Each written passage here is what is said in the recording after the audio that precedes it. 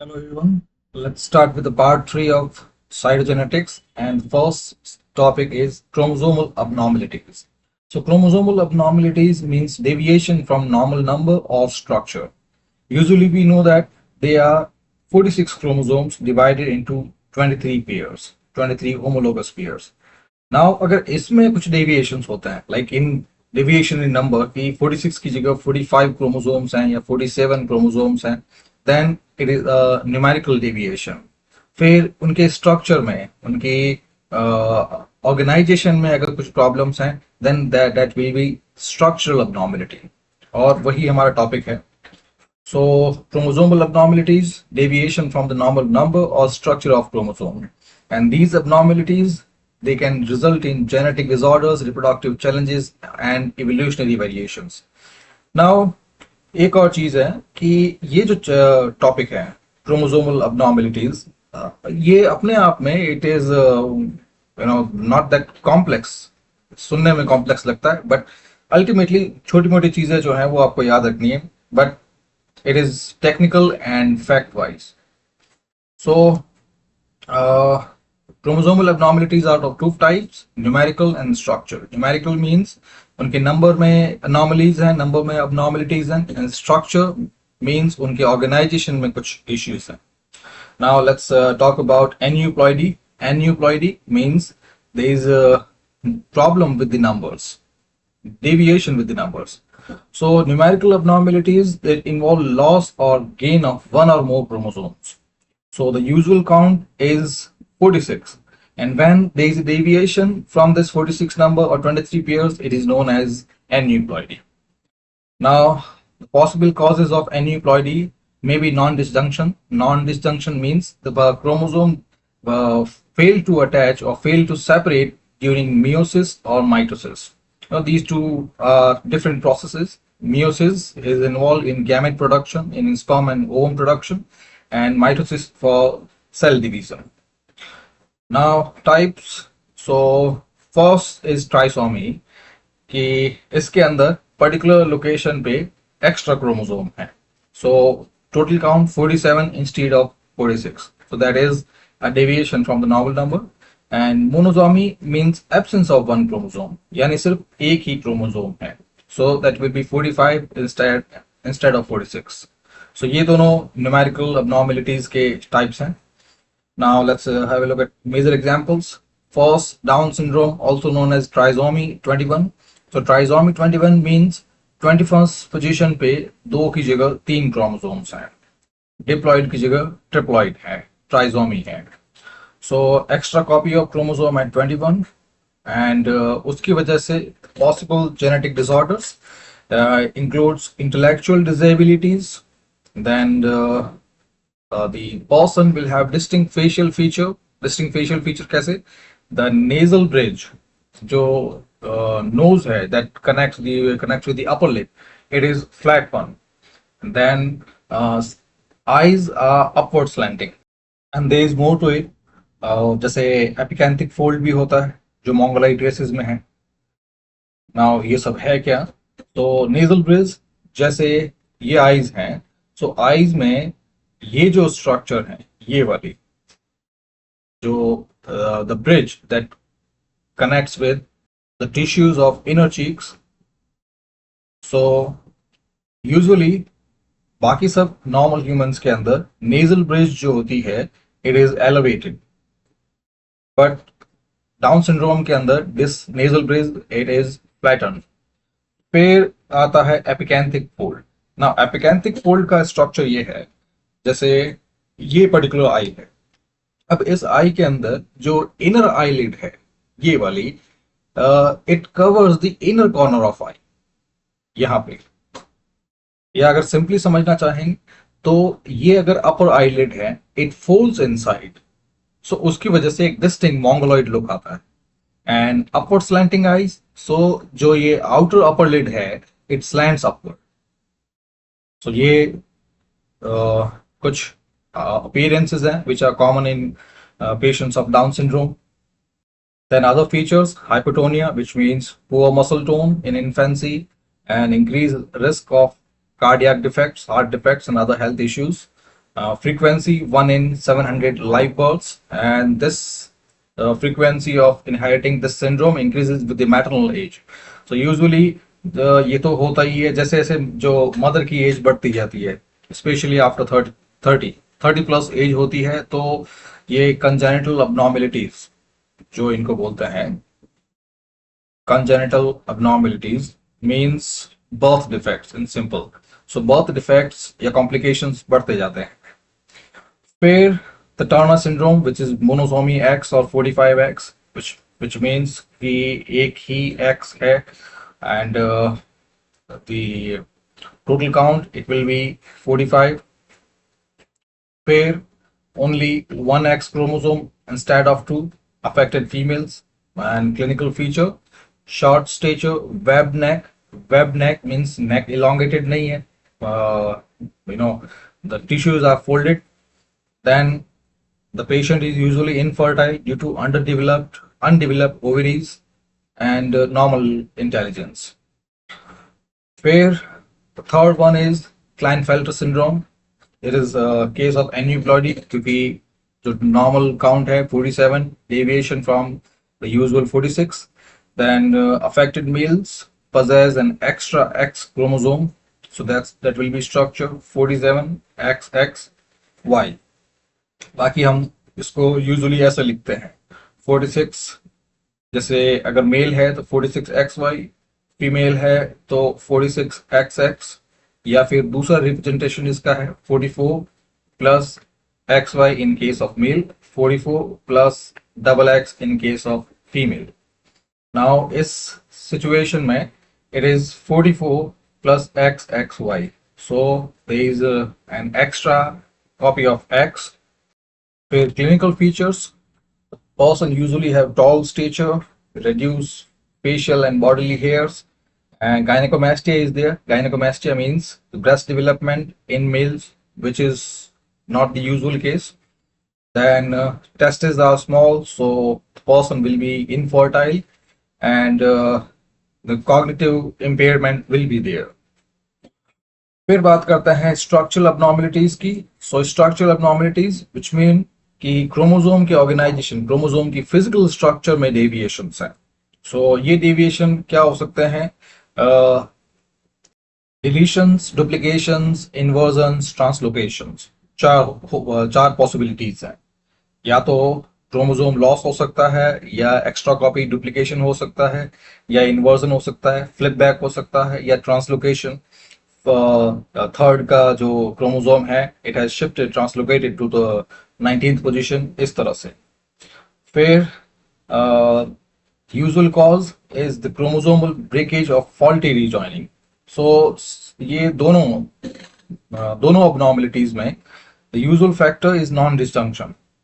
Non disjunction means कि separate होने के बाद, या तो सेल डिवीजन में जब वो सेपरेट हो रहे हैं तब there is a faulty division, या फिर जब वो वापस रिकंडेंस होते हैं उस वक्त नॉन डिसजंक्शन.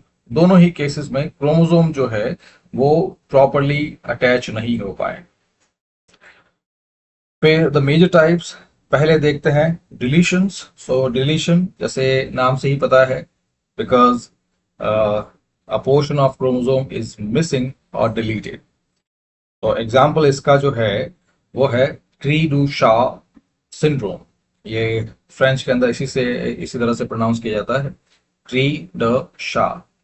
सो इस केस में जो क्रोमोसोम 5 है उसकी शॉर्ट आर्म पे डिलीशंस होता है. देन जो नेम है cri du chat, which in French means cat like cry. So इस पर्टिकुलर abnormalities में infant they cry like cats. The clinical features include intellectual disabilities, delayed development, and microcephaly. Microcephaly means जो skull है it is less in shape and length, या फिर जो overall जो cranial index है वो कम dimensions का है. फिर next move on to duplications. So duplication में कोई particular chromosome है या उसका segment जो है it is copied more than once. Then इसके एग्जाम्पल ये है शार्को महारी टूथ डिजीज. सो ये एक फ्रेंच नेम है, इसलिए इसका प्रोनाउंसिएशन ऐसे ही है, शार्को मारी tooth disease, and it is caused by duplication on 17 chromosome. तो 17 क्रोमोसोम है, उसमें किसी सेगमेंट पे डुप्लीकेशन हो रहा है पर्टिकुलर सेगमेंट का। Then third type is inversion. So inversion में इट्स लाइक फ्लिप बैक, जो बैक फ्लिप आप लोग बोलते हैं कई बार, तो ये भी एक बैक फ्लिप का या इन्वर्जन का एक टाइप है। सो इसमें any chromosomal segment it breaks off, टूट के it reverses its orientation, segment टूट के उल्टा होके it reattaches. So it's a case of inverse attachment. And ये दो टाइप का होता है। First paracentric. पैरासेंट्रिक मीन्स जो सेगमेंट टूटा है उसके अंदर सेंट्रोमियर नहीं है। देन अगर जो जो broken of an inverted segment है उसके अंदर सेंट्रोमियर है तो वो भी वापस अटैच हो जाएगा। सो अल्टीमेटली जैसे ये एक सिंपल स्ट्रक्चर है इस तरह से, और ये सेंट्रोमियर है। नाउ ये पोर्शन जो है ये वाला, ये अगर टूट के वापस फ्लिप हो रहा है, अगर इस अटैचमेंट में सेम यही देखते हैं इस तरह से, इस अटैचमेंट में क्रोमोसोम नहीं है तो ये उल्टा होके भी ऐसा ही दिखेगा। बस ये है कि जो पोजीशन है सेंट्रोमियर की वो चेंज हो जाएगी, लेकिन यही सेम जो है अगर इसका हाफ ऑफ उल्टा हो जाता है, क्रोमोसोम इसके अंदर इन्वॉल्व होता है, then this segment will look like this. ये है केस इन्वर्जन का। सो अगर ये वाला केस है कि सेंट्रोमियर इंक्लूडेड नहीं है, then it will be paracentric, and ये वाला अगर सेंट्रोमियर इंक्लूडेड है then it will be pericentric. फिर बढ़ते हैं ट्रांसलोकेशन पे। वैसे मैंने आपको बताया था कि this particular lecture it is technical, medically technical and fact wise, ज्यादा कुछ समझने लायक है नहीं। जो बेसिक्स हैं वो पहले आपको बता दिए थे, फिर भी कुछ आता है वो मैं आपको एक्सप्लेन कर दूंगा।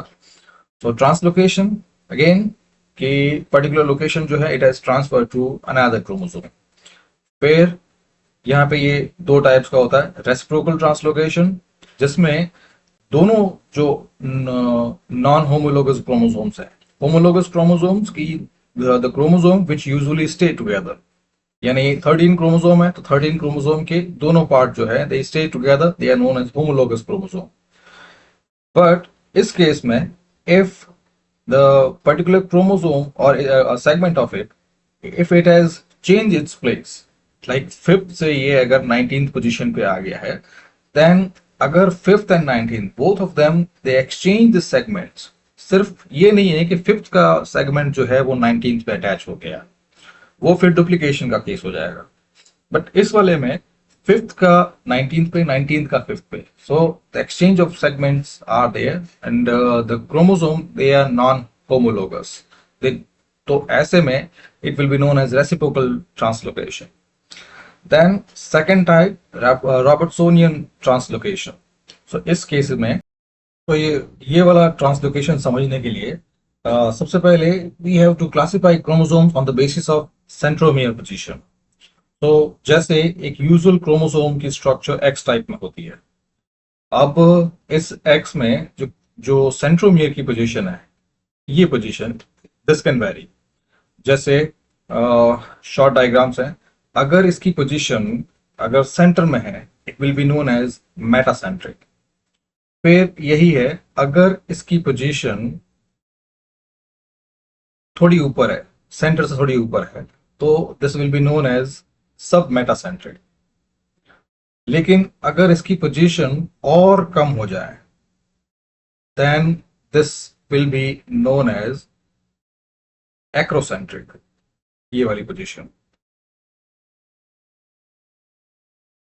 और अगर यही पोजीशन बिल्कुल टेल पे हो जाए then it will be known as telocentric. तो ये चार पोजीशंस हैं on the basis of the position of centromere. और एक और चीज ये है कि जब सेंट्रोमियर की पोजीशन के अकॉर्डिंग जो क्रोमोसोम्स हैं उनमें जो आर्म्स हैं they are known as P, आप आर्म्स बोल दीजिए, पी बोल दीजिए, and then legs they are Q.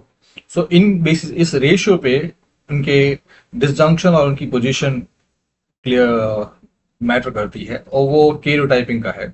But यहाँ पे आपको ये रॉबर्ट्सोनियन ट्रांसलोकेशन समझने के लिए these four things are there. और यहाँ पे जो हम बात करें एक्रोसेंट्रिक, सो एक्रोसेंट्रिक में जो सेंट्रोमियर है it is near to tell.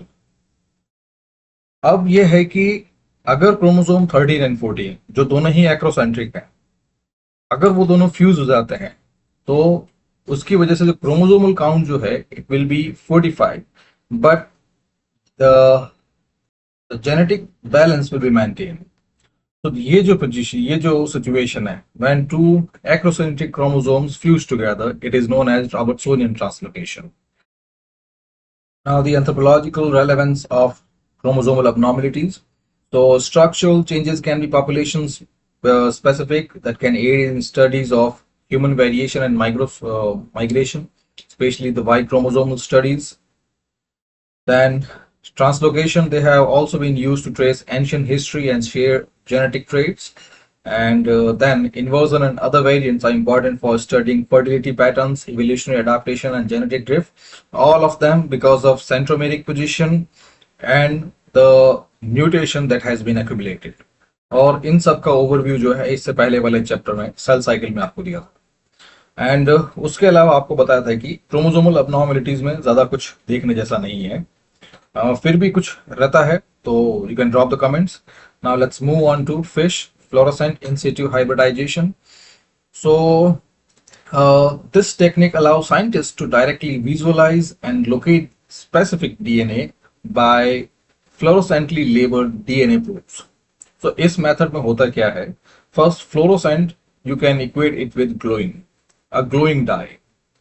So there are two steps. First, जिस भी टारगेट सीक्वेंस में जाना है उसकी मैचिंग सीक्वेंस प्रिपेयर करनी है, will be known as DNA probe. Then this DNA probe will be dyed with a fluorescent dye, a glowing dye. फिर उसके बाद it is reattached, और reattach के बाद they will be seen under a powerful microscope. और उसकी वजह से जो बहुत ही माइनर या फिर कह सकते हैं नियर इनविजिबल क्रोमोसोमल अबनॉर्मलिटीज हैं जो कैरियोटाइपिंग से, बैंडिंग टेक्निक से नहीं पता चलती, they can be found out by fish, this particular technique. Now, how fish works. So the basic principle is complementary base pairing. Complementary base pairing, this is the ability of DNA strand, any DNA strand. DNA strand means the repetition of ATCG. So this DNA strand, it has the ability that it can bind with any sequence that matches its. अगर कोई sequence है, it has the matching sequence with that particular DNA strand, then it will bind to it. So ये जो ability है, it is known as complementary base pairing. और यही principal है जिसकी वजह से जो RNA है, it acts during mRNA, protein synthesis. mRNA attaches, copy the message during protein synthesis, और DNA duplication के अंदर भी DNA strand जो है it is removed. फिर जो CRISPR वगैरह जो टेक्निक्स हैं उनके अंदर भी यही है, this particular thing, this particular ability, the complementary base pairing, और वही principle will be used in this hybridization. Now, first step is the sourcing of cells. So cells are collected from white blood cells, bone marrow, amniotic fluid, tissue biopsies. Then they are placed on a microscopic slide and colchicine is used. और colchicine की वजह से the chemicals, the chromosomes are preserved. Then the cell division, it is arrested at metaphase. और वो क्यों है जो आपको बताया था, because it is at this stage that chromosomes are most condensed and clearly visible. फिर sometime if the time needs it, so when rapid results are needed, तब many doctors, many geneticists, they use interphase nuclei, जो metaphase के पहले की stage है। और interphase के अंदर cells are only prepared for cell division. So ऐसे में इसमें chromosomes visible नहीं होते, condensation नहीं होता, but still if the time needs it, because of the contingency of time, जो इंटरफेज न्यूक्लियाई है, it can also be used, but the best stage is the metaphase. फिर DNA is denatured. Denatured means heat is applied, और heat apply करके जो DNA दो strands हैं, the double stranded, it is separated into single strand. So denature process जो है उसको समझने के लिए, लाइक बॉइलिंग एन एग. जब आप एग बॉईल करते हैं तो बॉईल करने से पहले it is only fluid, but boil करने के बाद ये एक सॉलिड सब्सटेंस बन जाता है.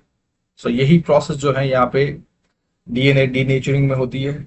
सो इस स्टेप के बाद जब डीएनए डीनेचर हो जाता है, सॉलिड सब्सटेंस बन जाता है, then DNA single strand are separated. फिर उसमें वो बेस सीक्वेंस, वो नाइट्रोजनस बेस सीक्वेंस पता करते हैं that that has that is the target. फिर उसी टारगेट की एक बेस मैचिंग सीक्वेंस प्रिपेयर करते हैं which is known as DNA probe. तो यहाँ पे मैं हकला गया था तो बता देता हूँ. सो इस डीनेचरिंग के बाद में डबल स्ट्रैंड को सिंगल स्ट्रैंड में कन्वर्ट करते हैं. फिर उस डीएनए की सिंगल स्ट्रैंड में वो बेस सीक्वेंस मालूम करते हैं that is the target sequence. फिर उस टारगेट सीक्वेंस की जो उसकी जो मैचिंग सीक्वेंस है that is known as DNA probe. फिर that matching sequence, that DNA probe, it is dyed with a fluorescent dye. Then this probe, it is applied to a slide, and where it is allowed to hybridize. So hybridize is the process by which this DNA probe, it attaches itself, it binds itself to that complementary sequence. Where after hybridization, the slide is washed, and the prepared slide of DNA probe that is fluorescently dyed, it is viewed under a fluorescence microscope. Fluorescence microscope is the microscope that use ultraviolet light. Ultraviolet या UV light क्यों? Because UV light के अंदर जो fluorescent dye है it gloves. फिर उस DNA probe को that has attached to the target sequence, it is viewed under that microscope, or each glowing spot represent the specific DNA sequence. फिर उसमें अगर कोई डिफेक्ट्स होते हैं, abnormalities होते हैं, they can be detected. Now, a normal pattern of signal, it indicates that the target sequence is present in correct location or copy number. So it's like the extrapolation. Extrapolation means to place something that matches its teeth structure. जैसे जो gears के teeth होते हैं, extrapolation. लेकिन अगर कुछ missing होगा तो टीथ अलाइन नहीं होंगे. सो सेम यहाँ पे यही है. टारगेट सीक्वेंस जो है उसके ऊपर the DNA probe it is extrapolated. अब अगर कंप्लीटली उस पर मैच हो जाता है then it will be a normal pattern of signal. लेकिन अगर कुछ मिसिंग होगा, अगर if there is an extra chromosomes, if something is missing, if they are misplaced chromosomes, then वो उस डीएनए प्रोब के अंदर, उस माइक्रोस्कोप के अंदर they will be visible. Now the applications of fish. First, it is useful in detection of microdeletions and microduplications. तो deletions and duplications तो इससे पहले हमने क्रोमोसोमल abnormalities में देखे ही हैं. But karyotyping and bending technique, both of them, they cannot detect very small chromosomal changes. So उसके लिए fish comes handy. So these submicroscopic abnormalities can be detected. जैसे दो examples हैं, the DiGeorge syndrome और ये जो sequence दे रखी है. So इसका मतलब होता है कि there is a deletion on 22nd chromosome at the Q arm, जो अभी आपको इससे पहले बताया. ये एक क्रोमोसोम है एंड ये सेंट्रोमियर की पोजीशन है. इसके अकॉर्डिंग ये एक मेटासेंट्रिक क्रोमोसोम है. फिर ये जो दोनों आर्म्स हैं दे आर पी एंड जो लेग्स हैं दे आर क्यू. अब जो 22nd क्रोमोसोम है उसमें क्यू आर्म पे यानी लेग पे डिलीशंस हैं एट सेगमेंट 11.2, यानी ये जो सब माइक्रोस्कोपिक लेवल है, यानी आर्म्स के अंदर भी दे आर मैनी सेगमेंट्स, और उन सेगमेंट में 11.2 पे इज अ डिलीशन। वो वो सिंड्रोम जो है डी जॉर्ज सिंड्रोम, और सिमिलरली विलियम सिंड्रोम है which is deletion on 7th chromosome on Q arm at 11.23 deletion, 11.23 segment. So ये दोनों भी सब माइक्रोस्कोपिक abnormalities हैं जो कैरियोटाइपिंग से या बैंडिंग टेक्निक से नहीं पता चलते। Then fish is also helpful in identification of structural rearrangement such as translocations and inversions. और दोनों ही आपको बता दिए, translocation when one chromosome attaches to another position, or inversion when it flip backs, reverse end to end. And this technique is also important in cancer diagnostics, where specific gene rearrangement can guide treatment decisions. So cancers के अंदर भी abnormal cell growth होता है, mutations होते हैं, mutations on particular DNA होते हैं। So किस DNA पे किस किस तरह की ग्रोथ है, एक्स्ट्रा अगर वो एक्स्ट्रा क्रोमोसोम्स हैं, ट्रांसलोकेशंस हैं, इन्वर्जन्स हैं, वो सब फिश टेक्निक से। देन प्रीनेटल डायग्नोसिस में भी फिश इज कॉमनली यूज, जिसमें फर्स्ट एमनियोटिक फ्लूइड और कोरियोनिक विलस सैंपल्स। सो जो एमनियोटिक फ्लूइड है, ये जो it is a yellowish fluid that protect the fetus inside amniotic sac, और ये शुरू में जो फीटस के डेवलपमेंट के लिए it provide support and shock absorption. फिर कोरियोनिक विली की बात करते हैं, और विली प्लूरल है, विलस सिंगुलर है। सो कोरियोनिक विली जो है they are finger like projections, and those projection they form grow from the outer fetal membrane, specially ये शुरू के मंथ में होता है, फर्स्ट ट्राइमेस्टर के अंदर। आउटर जो फीटल है, उस फीटल की जो आउटर मेम्ब्रेन है, आउटर मेम्ब्रेन से these finger like projections are there, और यही प्रोजेक्शंस जो है, जो which are normally not visible, they later form placenta, और वही प्लेसेंटा जो है it provide nutrition to the baby. और वैसे ये आपके डेप्थ का नहीं है, बस आप ये चीज देख लीजिए कि इन सब सैम्पलिंग में, क्योंकि जो फीटल abnormalities चेक करने के लिए we have two sources, amniotic fluid and chorionic villi, and both of these they can detect changes such as trisomy 21, trisomy 18 and trisomy 13 sex chromosome aneuploidies. So ये जितने भी हैं उनके लिए जो DNA सोर्स हैं, स्पेशली जो फीटल डीएनए है, वो इन दोनों में होता है। And chorion means the outer fetal membrane. ये जो इनिशियल प्रेगनेंसी में कोरियन भी काफी हेल्पफुल डीएनए सोर्स हैं। फिर कैंसर साइटोजेनेटिक्स। सो कैंसर में भी कैंसर को आप कह सकते हैं मल्टीप्लिकेशन ऑफ म्यूटेशंस। जब सेल्स के अंदर म्यूटेशंस एक्यूमुलेट होते हैं, देन कीप मल्टीप्लाइंग अनस्टॉपेबली, और वही कैंसर है when cells do not stop this multiplication, when the multiplication it goes out of hand. So उसमें जो ट्रिगर होता है, या they are generally gene mutations या rearrangement, और उन्हीं gene mutation और rearrangement की वजह से the tumors they keep developing. Tumor is the lump of tissue that grow out of control because of incessant cell division.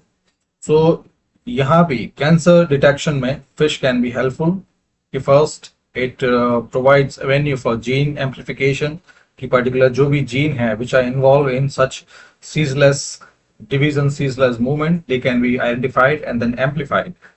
Then fusion genes, so in some cases some genes fuse together, so वो भी fish technique की वजह से they can be detected, such as BCR ABL fusion and chorionic myeloid leukemia, a kind of blood cancer.